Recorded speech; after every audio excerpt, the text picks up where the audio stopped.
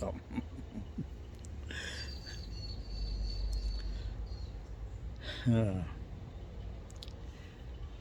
தனியாயிருந்த குரங்கின் மனதிலே குழப்பம் ஏதும் இல்லை. தனியாயிருந்த குரங்கின் மனதிலே குழப்பம் ஏதுமில்லை. இன்னொரு குரங்கை தன்னுடன் சேர்த்தால் என்றும் தொல்லையடா. ஆமாம், ஏதோ குரங்கு தனியாக உட்காந்தா எதனா யோசிச்சுன்னு இருக்கோம். இன்னொரு குரங்கை கூட சேர்த்துக்கின்னா என்றும் குழப்பமடா.